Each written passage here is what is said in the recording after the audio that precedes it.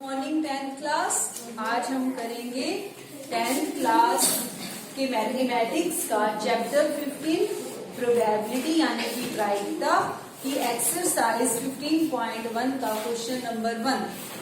Question number 1 में हमें निम्नलिखित कथनों को पूरा कीजिए। जो आपको ये फिलअप दिए हुए हैं ये आपने कंप्लीट करने हैं। फर्स्ट जो है ये पढ़ो, आपकी बुक्स में क्या है, घटना ई की प्रायिकता प्लस घटना ई नहीं की प्रायिकता किसके बराबर होती है? कल मैंने आपको बताया था कि पी ई प्लस एक जगह P E plus P E bar to 1। एक पी ई तो होती है घटना होने की प्रायिकता और पी ई बार होती है घटना नहीं होने की प्रायिकता। दोनों का योग कितना होता है? एक। कल मैंने आपको समझाया था इंट्रोडक्शन में कि कैसे होती है ना। तो इसमें लिख लो आप फर्स्ट फिलअप में एक आएगा इसमें। और जो इसका सेकंड पार्ट है वो क्या है, उस घटना की प्रायिकता जो घटित नहीं हो सकती। देखो मेरी बात सुनो, मैं आपको एक एग्जांपल देती हूँ। एक डाइस है, एक डाइस में 6 होते हैं ना, 1 2 3 4 5 से भी 6 नंबर आ सकते हैं, है ना। मैं आपसे ये पूछूं कि पासे में 7 आने की संभावना 0। इसकी प्रायिकता क्या है? 0। तो ऐसी घटना जो घटित ही नहीं हो सकती उसकी प्रायिकता क्या होगी? 0। ठीक है, तो मैंने इसका एग्जांपल दिया है ना आपको। तो ऐसी घटना को कहते हैं कि जो घटित ही नहीं हो सकती, या फिर उसको कहते हैं असंभव घटना। उसका नाम होता है असंभव घटना। ठीक है, इसमें आप फर्स्ट फिलअप में लिख लो 0 क्योंकि प्रायिकता पूछी है ना। और ऐसी घटना क्या कहलाती है? असंभव। और पासे में 7 तो आ ही नहीं सकता, है ना। तो ऐसी घटना को हम क्या कहेंगे? असंभव घटना। और उसकी प्रायिकता क्या होगी? 0। थर्ड पार्ट है उस घटना की प्रायिकता जिसका घटित होना निश्चित है। हाँ, उसकी प्रायिकता क्या होगी? ऐसी घटना क्या कहलाती है? संभव या फिर निश्चित घटना। ठीक है, निश्चित घटना शायद फिलअप में दिया हुआ है ना तुमने, या नहीं दिया? ऐसी घटना असंभव कहलाती है। ऐसी घटना निश्चित असंभव घटना कहलाती है, संभव भी नहीं।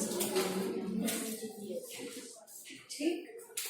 फोर्थ में क्या है, किसी प्रयोग की सभी प्रारंभिक घटनाओं की प्रायिकताओं का योग क्या होता है? 1। ठीक है। पांचवा है किसी घटना की प्रायिकता डैश से बड़ी या उसके बराबर होती है तथा डैश से छोटी या उसके बराबर। तो मैंने आपको बताया था कि किसी भी घटना 0 से बड़ी या उसके बराबर होती है और 1 से छोटी और उसके बराबर होती है। तो पहले में लिख लो आप 0 से बड़ी, 0 लिख लो पहले फिलअप में, और दूसरे में लिख लो 1 से छोटी। ठीक है, अब सेकंड क्वेश्चन करेंगे। अब हमने सेकंड क्वेश्चन में ये बताना है निम्नलिखित प्रयोगों में से किन किन प्रयोगों के परिणाम समप्रायिक हैं। ठीक है, किन किन प्रयोगों के परिणाम समप्रायिक हैं। समप्रायिक का मीनिंग समझते हो? समान, इक्वली लाइकली, है ना। जैसे सिक्के को उछालते हैं, है ना, सिक्के को उछालते हैं तो चित या पट दोनों के आने की संभावना बराबर होती है, समप्रायिक होती है ना। तो फिर हमें अब ये वाले बताने हैं कि ये समप्रायिक है या नहीं। पहला है, एक ड्राइवर कार चलाने का प्रयत्न करता है, कार चलना प्रारंभ हो जाती है या कार चलना प्रारंभ नहीं होती है। एक ड्राइवर कार चलाने का प्रयत्न करता है। देखो, ड्राइवर जब कार चलाएगा तो ज्यादा चांस किसके हैं कि कार चलेगी या नहीं चलेगी? ज्यादा तो यही चांस है ना, ना चलने के तो बहुत कम होते हैं, इसीलिए हम कहेंगे कि संप्रायिक नहीं है। ठीक है, तो पहले में आप लिख लो संप्रायिक नहीं है। सेकंड के फर्स्ट में आप लिखो संप्रायिक नहीं है। सेकंड पार्ट में क्या है, एक खिलाड़ी बास्केटबॉल को बास्केट में डालने का प्रयत्न करती है, वह बास्केट में बॉल डाल पाती है या नहीं डाल पाती। देखो बास्केटबॉल में बॉल डालने का प्रयत्न तो करती है, वो डाल पाएगी या नहीं डाल पाएगी, इसका तुमने बताना है कि संप्रायिक है या नहीं। देखो बेटा, संप्रायिक तो हम तब कह सकते हैं जब उसको पूरा प्रशिक्षण हो, है ना, तब तो बराबर बराबर के चांस हो।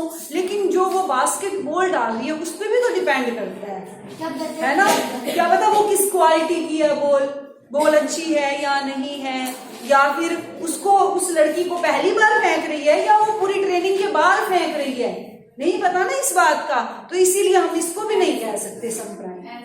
ठीक है, हाँ, तो अब इसको भी आप लिखोगे संप्रायिक नहीं है, ये भी लिखोगे आप इसमें।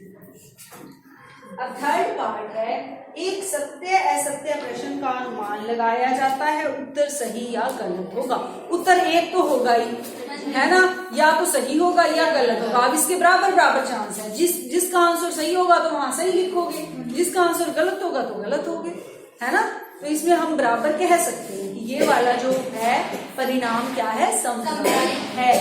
ठीक है, क्योंकि उत्तर तो दो ही होंगे, या तो होगा संप्रायिक या नहीं होगा। इसमें क्या है, संप्रायिक है। फोर्थ में देखो, बच्चे का जन्म होता है, लड़का या लड़की, एक तो हो गई है, दोनों के बराबर बराबर होते हैं चांस। ठीक है, तो आप ये भी क्या है, संप्रायिक। ठीक, अब थर्ड क्वेश्चन है, फुटबॉल के खेल को प्रारंभ करते समय यह निर्णय लेने के लिए कि कौन सी टीम पहले बॉल लेगी, इसके लिए सिक्का उछालना एक न्याय संगत विधि क्यों माना जाता है। देखो, चाहे कोई भी गेम हो बेटा, सबसे ज्यादा इसी चीज को न्याय संगत माना जाता है। जैसे कोई भी दो टीम्स है, एक टीम कहती है पहले मैं खेलूंगी, ठीक है, जैसे आप क्रिकेट होता है उसमें कहते हैं पहले मैं बैटिंग करूंगी, ये वाली टीम पहले बैटिंग करेगी, ये वाली बॉलिंग करेगी पहले, ठीक है, और दूसरी वाली कहे नहीं मैं पहले बैटिंग करूंगी, तुम पहले बॉलिंग करो। तो उससे बचने के लिए कि कौन करेगा, उनसे ये पूछा जाता है कि सिक्के को उछालेंगे, एक को चित दे देते हैं और एक को पट दे देते हैं, एक को हेड दे दिया, एक को टेल दे दिया, ठीक है। अब जिसका कहा हुआ आ गया उसकी बारी पहले आ जाएगी, या जो वो चाहेगा, अगर वो बाद में बारी लेना चाहेगा तो उसकी मर्जी चलेगी ना, है ना। तो फिर इसी को सिक्का उछालने को ही न्याय संगत क्यों कहा जाता है। कुछ और भी तो कर सकते हैं ना, कुछ और भी तो कर सकते हैं, जैसे और बहुत सारे तरीके करते हैं, पर्चियां डालते हैं या कुछ और करते हैं। कहते सिक्का उछालने को ही न्याय संगत क्यों माना जाता है। इसके लिए आप क्या रीजन लिखोगे, आप ये रीजन लिखोगे क्योंकि सिक्के में दो ही पहलू होते हैं, है ना, चित और पट। लिख लो इसको, क्योंकि सिक्के के दो ही पहलू होते हैं,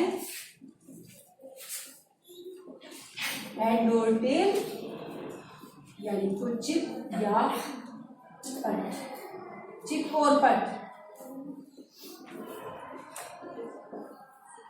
ठीक है। और दोनों के आने की संभावना समान होती है, समान या समप्रायिक होती है।